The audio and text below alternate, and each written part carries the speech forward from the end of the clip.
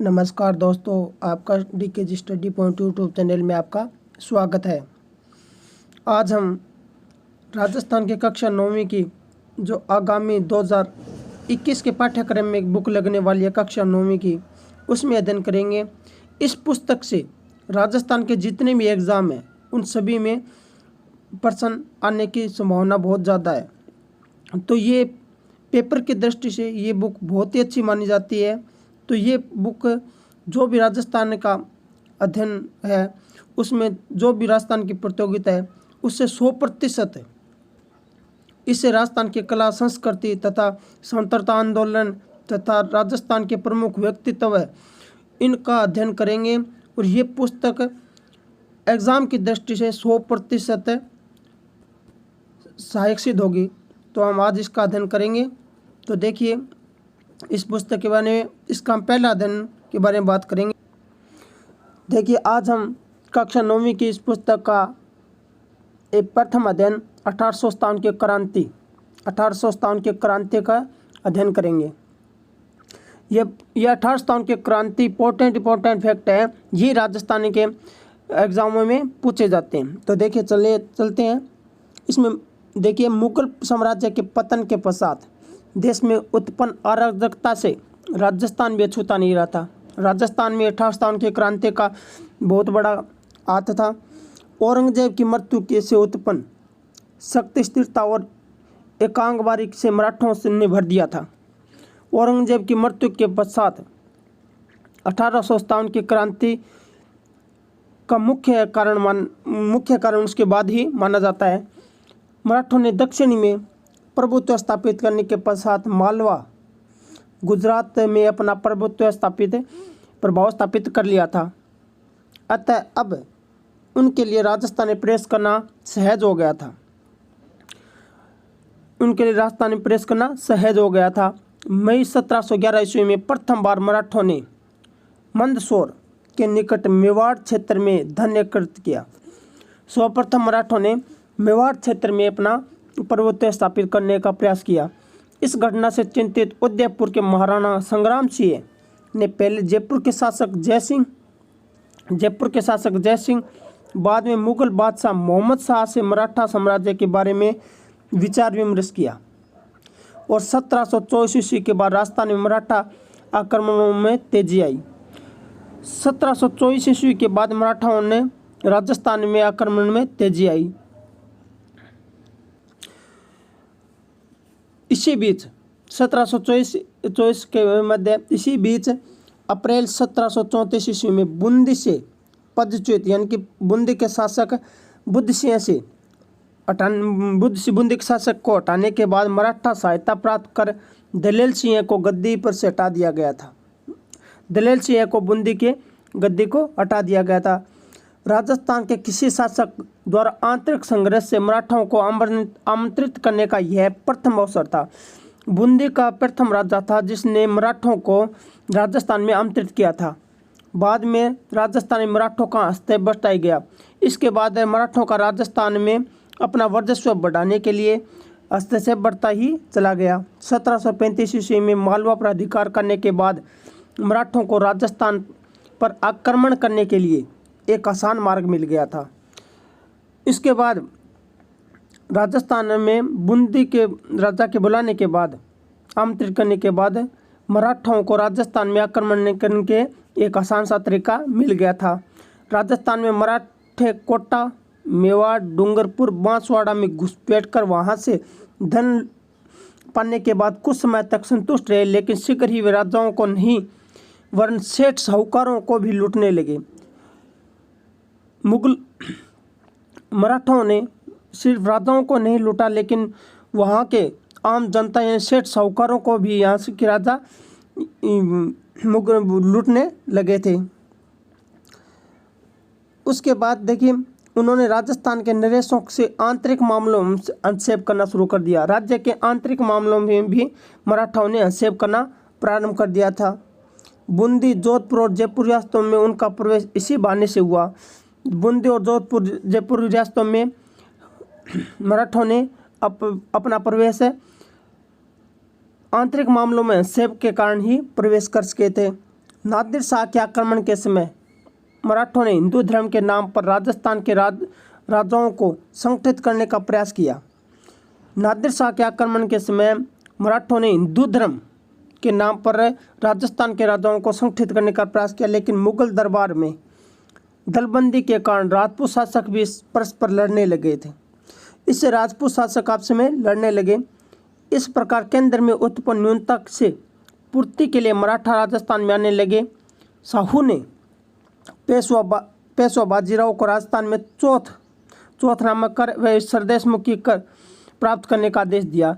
ये चौथ व सरदेशमुखी ये मराठाओं के कर थे जो राजाओं से लिए जाते थे। ये इंपॉर्टेंट है कि चौथ और सरदेशमुखी कर किन के हैं? मराठाओं के थे जो राजस्थान के राजाओं से लिए जाते थे।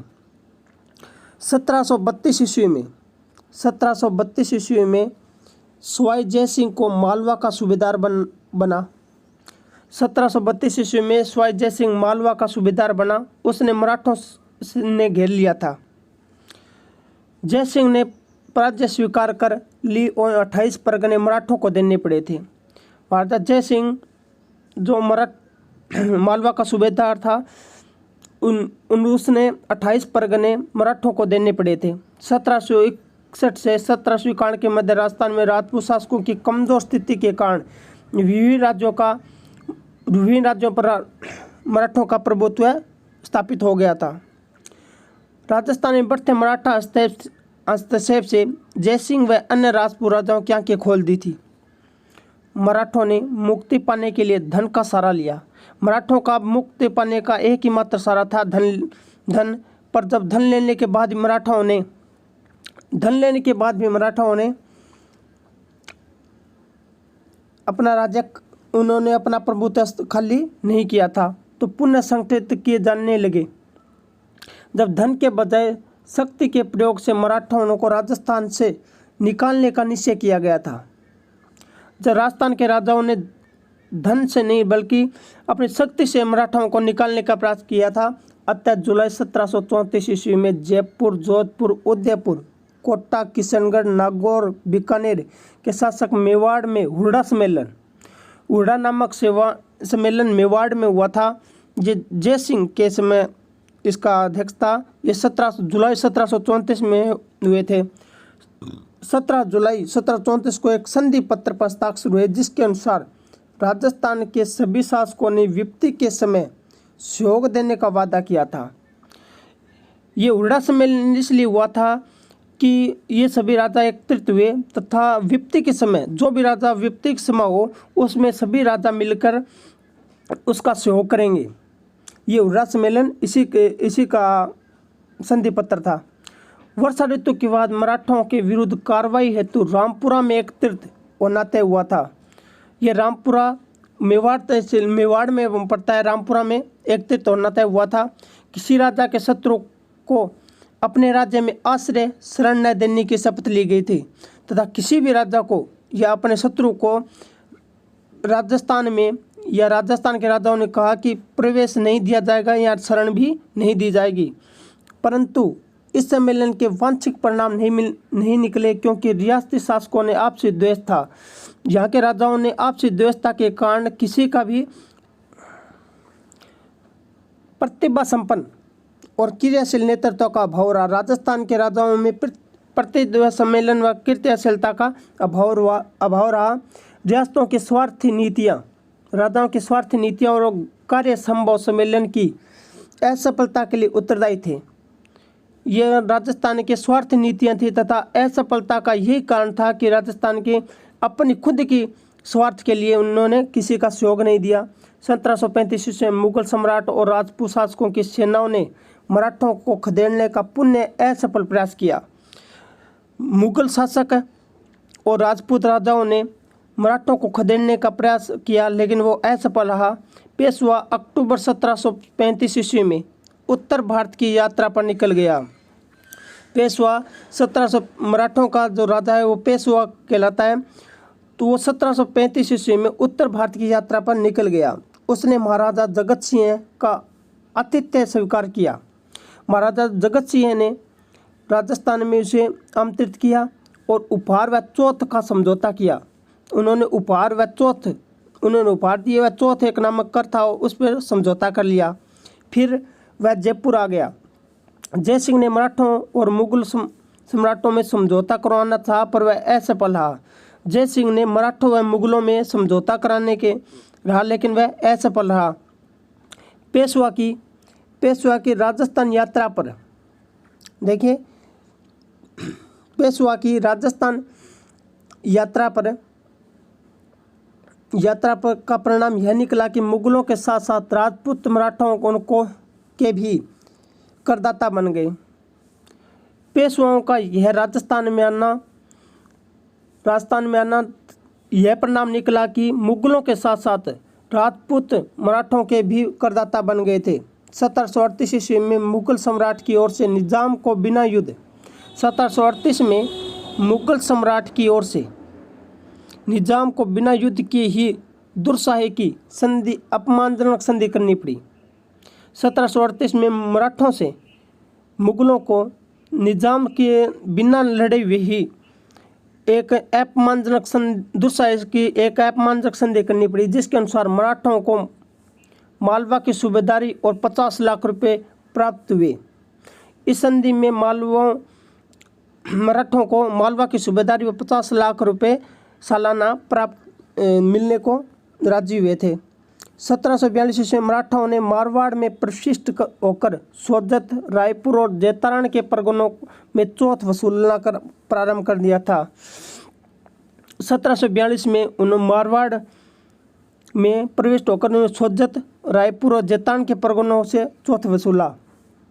1787 ईस्वी में राजपूतों ने संगठित होकर तुंगा नामक स्थान पर मराठों को पराजित किया व 1791 के बाद मराठा शक्ति क्षीण होने लगी।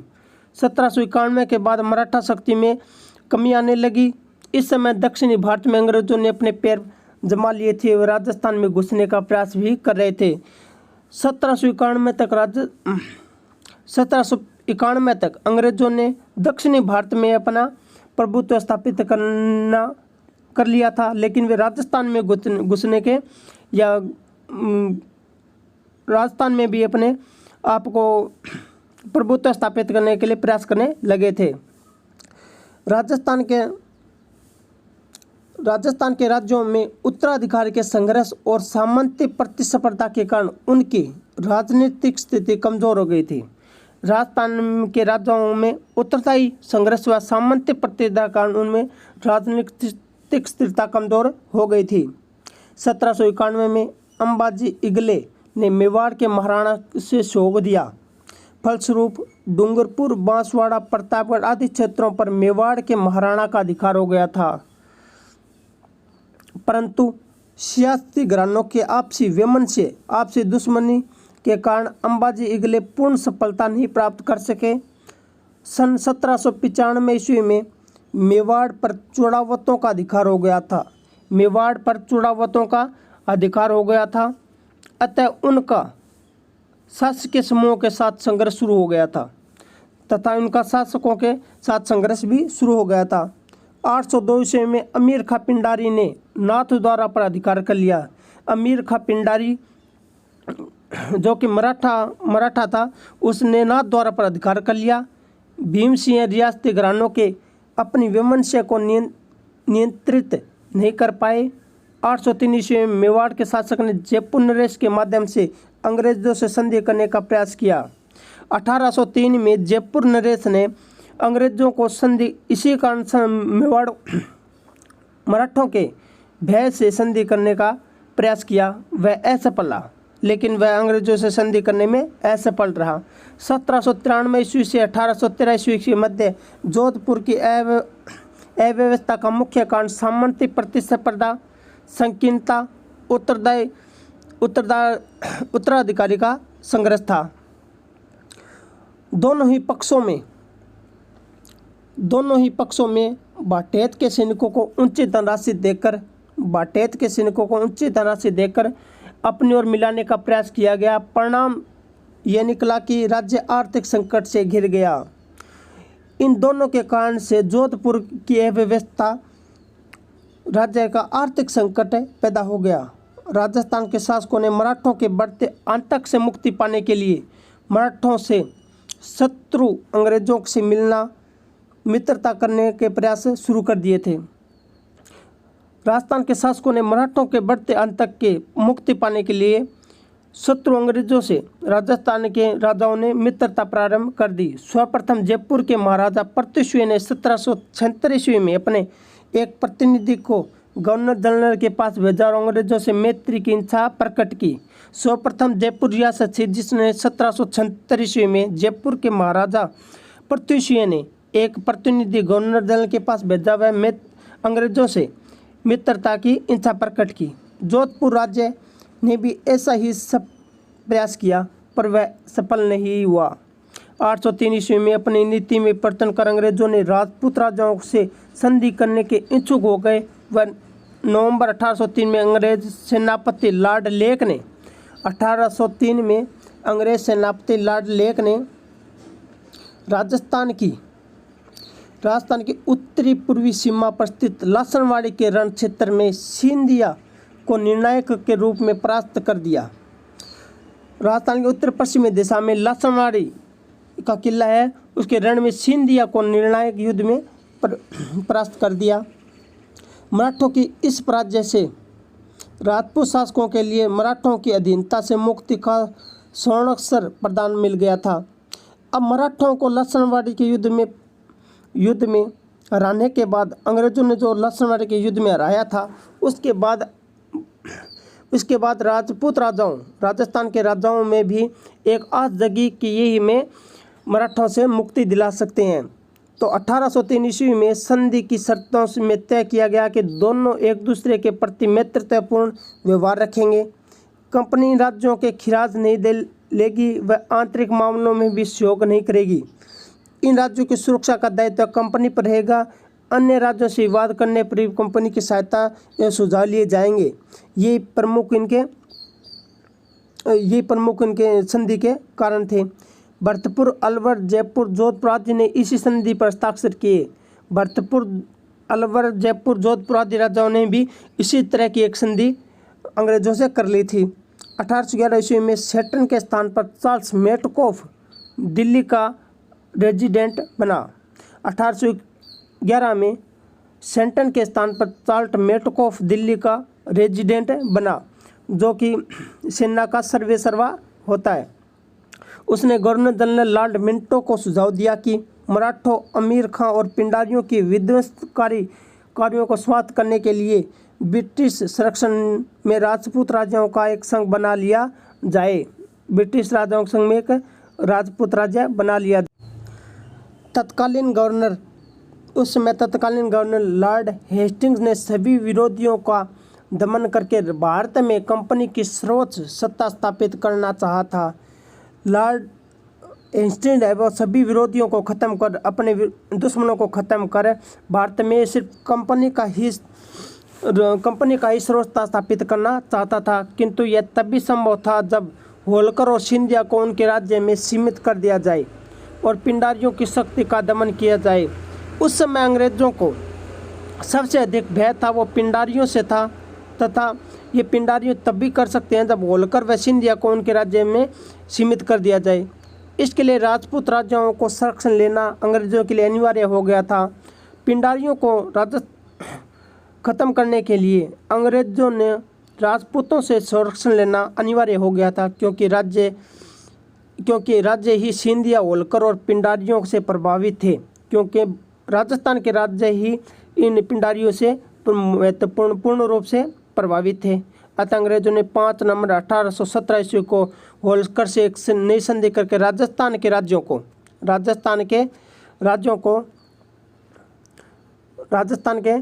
के साथ संधि करने का अधिकार प्राप्त कर लिया था। इधर मेटकॉफ का निमंत्रण मिलते ही करौली, कोटा, उदयपुर, बीकानेर, किशनगढ़, उदयपुर, जैसलमेर आदि ने कंपनी से संधि कर ली थी। यहाँ पे मेटकॉफ का निमंत्रण मेटकॉफ के द्वारा करौली, कोटा, उदयपुर, बीकानेर, किशनगढ़, जयपुर, जैसलमेर आदि से ने कंपनी से संधि कर ली। सबसे अंत में 1823 ईस्वी में सिरोही राज्य ने संधि की 1823 ईस्वी में सबसे अंत में सिरोही राज्य ने ही अंग्रेजों से संधि की थी। इसी प्रकार 1857 ईस्वी से 1823 ईस्वी के दौरान राजस्थान का स्थायित्व ब्रिटिश आधिपत्य 1947 की स्वतंत्रता प्राप्ति तक अक्षुण्ण रहा था। 1817 में जो संधि का काल चला था और 1823 तक लगभग सभी राजाओं ने, राजस्थान के सभी राजाओं ने संधि पत्र पर हस्ताक्षर कर दिया था। यह स्वतंत्रता भारत 1947 ईस्वी तक अक्षुण्ण चलता रहा। अब देखिए 19वीं शताब्दी के प्रारंभ में 20 रियासतें थी। राजस्थान में 20 रियासतें थी। इनमें 17 राजपूत व दो जाट रियासतें थी। एक मुस्लिम रियासतें थी। जाट भरतपुर व धौलपुर जाट व टोंक मुस्लिम रियासत थी। वह टोंक एकमात्र मुस्लिम रियासत थी और बाकी बची वे सभी राजपूत रियासतें थी। अब देखिए इसमें किस तरह से राजपूतों को साथ अंग्रेजों ने संधि की। राजपूतों ने मुख्य रूप से इन राजाओं के साथ संधि के समय सामान्य शर्तें थी। जो देखिए किस शर्तें थी। अंग्रेजों की जो शर्तें थी राजपूतों के साथ संधि करने की, वो किस ऐसी संधि द्वारा रियासती शासकों ने अंग्रेजों की श्रेष्ठता स्वीकार कर ली थी। अंग्रेजों ने रियासती राजाओं का वंशागत राज्याधिकार स्वीकार कर लिया था। अंग्रेजों ने भारी आक्रमण से प्रत्येक राज्य की सुरक्षा करने और आंतरिक शांति एवं व्यवस्था बनाए रखने में सहायता का आश्वासन दिया था कि हम बाहरी राज्यों से आंतरिक व बाहरी राज्यों से हम आपको सुरक्षा देंगे। 4 नंबर देखिए संधि की थी, उसका 4 नंबर कौन सी थी। संधि करने वाला प्रत्येक राज्य में एक अंग्रेज पॉलिटिकल एजेंट रखना तय किया गया। साथ ही यह आश्वासन दिया गया कि पॉलिटिकल एजेंट उनके साथ कार्यों में हस्तक्षेप नहीं करेगा। ब्रिटिश संरक्षण के बदले रियासती शासकों को अपनी विदेश नीति अंग्रेजों को सौंपनी पड़ी और अपने आपसी विवादों को अंग्रेजों की मध्यस्थता हेतु प्रस्तुत करने का वादा किया गया था। आवश्यकता पड़ने पर रियासती शासक अपने राज्य के समस्त सैनिक साधन अंग्रेजों के सुपुर्द कर देंगे। ये बहुत मोटे थी कि अंग्रेजों को राजस्थान में मुख्य रूप से प्रवेश मिल गया था, क्योंकि अंग्रेज जब चाहते राजपूत राजाओं की सैनिक सहायता ले सकते थे तथा अंग्रेजों को पूर्ण रूप से राजपूतों की सैनिकों पर अधिकार हो गया था। अंग्रेजों को वार्षिक खिराज देने संबंधी धारा सभी राज्यों को संधियों में अलग अलग थी। सभी राजाओं के साथ किसी के साथ कम अंग्रेजों को वार्षिक खिराज देना पड़ता था, किसी को ज़्यादा। तो अलग अलग राजाओं के साथ अलग अलग प्रकार की खिराज देने का की गई थी। खिराज की यह राशि निर्धारित करने के लिए मराठों को दिए जाने वाले खिराज के आधार पर बनाया गया था कि जो भी मराठाओं को आप खिराज देते थे उसी आधार पर ब्रिटिश सैनिकों को या ब्रिटिश अधिकारियों को भी खिराज दिया जाए। ब्रिटिश संरक्षण स्वीकार करने के फलस्वरूप राजस्थान के रियासती नरेशों को सुरक्षा तो प्राप्त हुई तथा उन्हें अपनी स्वतंत्रता खोनी पड़ी। अंग्रेजों से संधि करने के बाद राजपूत राजाओं को सुरक्षा तो प्राप्त हो गई, लेकिन उन्होंने अपनी स्वतंत्रता खो दी। इन उपयुक्त संधियों का राजस्थान के राज्यों पर बहुविध प्रभाव पड़ा था। इन संधियों का राजस्थान के राज्यों पर बहुत अधिक प्रभाव पड़ा। कंपनी सरकार को नियमित रूप से खिराज देने से राजस्थान के राज्यों की आर्थिक स्थिति कमजोर हो गई थी। पॉलिटिकल एजेंट राज्य में व्यवस्था बनाए रखने के नाम पर निरंतर हस्तक्षेप करता रहा। ये नीचे अंग्रेज अधिकारी जो पॉलिटिकल एजेंट है वो राजस्थान राज्य में व्यवस्था बनाने के नाम पर हस्तक्षेप करने लगा। शासन कार्य और अधिकारों में आई कमी के कारण राजा शासन संबंधी कार्यों के प्रति उदासीन रहने लगे। अब राजाओं को शासन करने के प्रति कोई लगाव नहीं रहा था। ऐसी स्थिति में ब्रिटिश पॉलिटिकल एजेंट राज्य में तानाशाह बन गए थे। अब राज्य के सर्वा ब्रिटिश पॉलिटिकल एजेंट बन गए थे। कंपनी द्वारा खिराज वसूल करने के अलावा समय समय पर कई खर्चे बालात थोप दिए गए थे।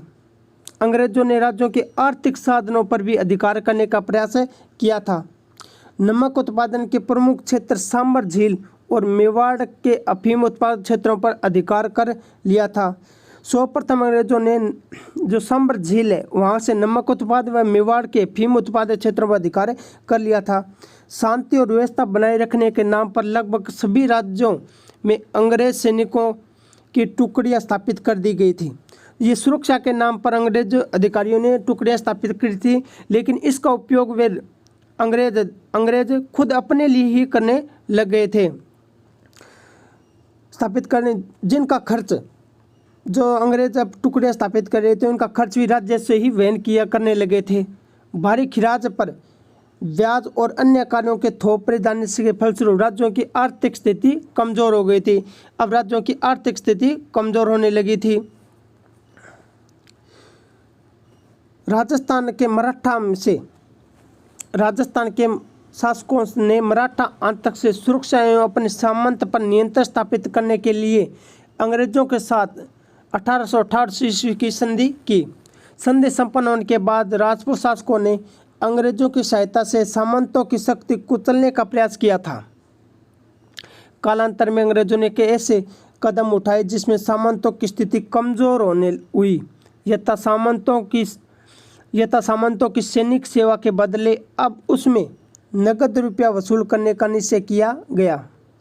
पहले तो उन्होंने नगद पैसा नहीं वसूला जाता था, लेकिन 1818 संधि के बाद अंग्रेजों ने नगद कर के रूप में वसूल किया जाने लगा। जागीर क्षेत्रों में सामंतों को कई विशेषाधिकार प्राप्त थे, जैसे जागीरों के निवासी अपने सामंत की आज्ञा के बिना किसी दूसरे राज्य स्थान पर नहीं बच सकते।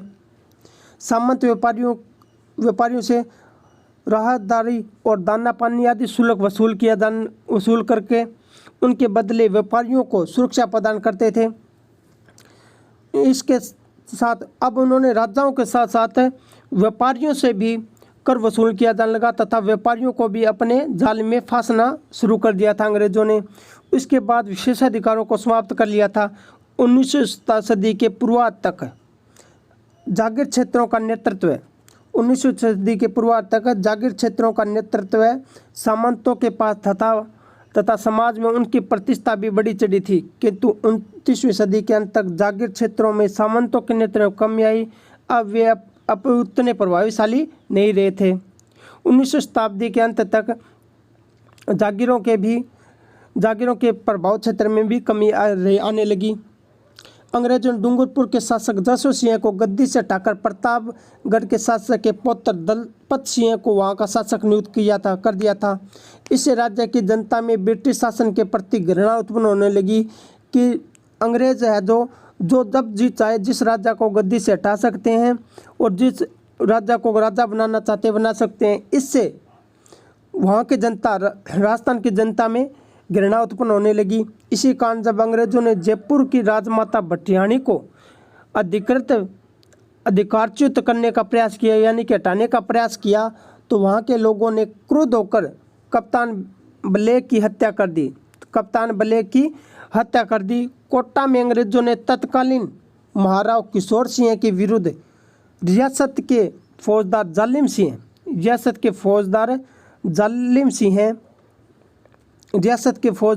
सिंह के दावों का समर्थन किया, जिससे कोटा के हाड़ा राजपूत राजा अंग्रेजों के विरुद्ध हथियार लेकर खड़े हुए थे। अलवर भरतपुर रियासतों ने अंग्रेजों ने हस्तक्षेप कर वहाँ पर अवैसक राजकुमारों को गद्दी पर बैठा दिया था, जिससे अवैसक राजकुमारों को गद्दी पर बिठाने के कारण अंग्रेज वहाँ के सर्वेसर्वा बन गए थे, क्योंकि शासक में अवैसक होने की स्थिति में अंग्रेजों को राज्य के प्रशासक पर अपना नियंत्रण स्थापित करने का अवसर मिल जाता है। जोधपुर के महाराजा मानसिंह भी ब्रिटिश सरकार के घोर विरोधी थे। उनके प्रयत्नों से अन्य रियासतों में ब्रिटिश सत्ता के विरुद्ध असंतोष पनपने लगा। उनके प्रयास से ब्रिटिश सत्ता के प्रति लोगों का असंतोष बढ़ने लगा था। अब देखिए राजस्थान में क्रांति के समय रियासती शासक जो क्रांति थी हुई थी उसके समय वहाँ का राजा कौन था? कोटा का राजा था राम सिंह। कोटा का राजा राम सिंह था। जोधपुर रियासत का राजा था तख्त सिंह। भरतपुर रियासत का राजा था जसवंत सिंह। उदयपुर रियासत का राजा था स्वरूप सिंह। जयपुर रियासत का राजा था राम सिंह द्वितीय। सिरोही रियासत का राजा था शिव सिंह। और धौलपुर रियासत का राजा था भगवंत सिंह। बीकानेर रियासत का राजा था सरदार सिंह। करौली रियासत का राजा था मदनपाल सिंह। टोंक रियासत का राजा था नवाब वजीरुद्दौला। ये एकमात्र मुस्लिम रियासत थी, टोंक थी। बूंदी रियासत थी उसका राजा था राम सिंह। अलवर रियासत का राजा था विनय सिंह। जैसलमेर रियासत का राजा था रंजीत सिंह। झालावाड़ रियासत का राजा था पृथ्वी सिंह। प्रतापगढ़ रियासत का राजा था दलपत सिंह। बांसवाड़ा रियासत का राजा था लक्ष्मण सिंह। और डूंगरपुर रियासत का राजा था उदय सिंह। अब देखिए राजस्थान में क्रांति के समय वो तो राजा हो गए थे। अब क्रांति के समय ब्रिटिश पॉलिटिकल एजेंट कौन से थे? कोटा रियासत में पॉलिटिकल एजेंट था एजीजी। पॉलिटिकल एजेंट को एजीजी कहा जाता है, एजेंट टू गवर्नर जनरल कहा जाता है। कोटा रियासत का एजेंट था मेजर बर्टन। जोधपुर रियासत का था मैक मोमेसन। भरतपुर रियासत का था मॉरिसन। जयपुर रियासत का था इडन। उदयपुर रियासत का था सावर्स। और सिरोही रियासत का था जेडी हॉल। तो दोस्तों आज के लिए इतना ही। आपको वीडियो कैसी लगी उसका कमेंट में बताइए, तथा आगे की वीडियो हम अगले यूट्यूब में डालेंगे, अगले वीडियो में डालेंगे। तो आज के लिए इतना ही। थैंक यू, धन्यवाद।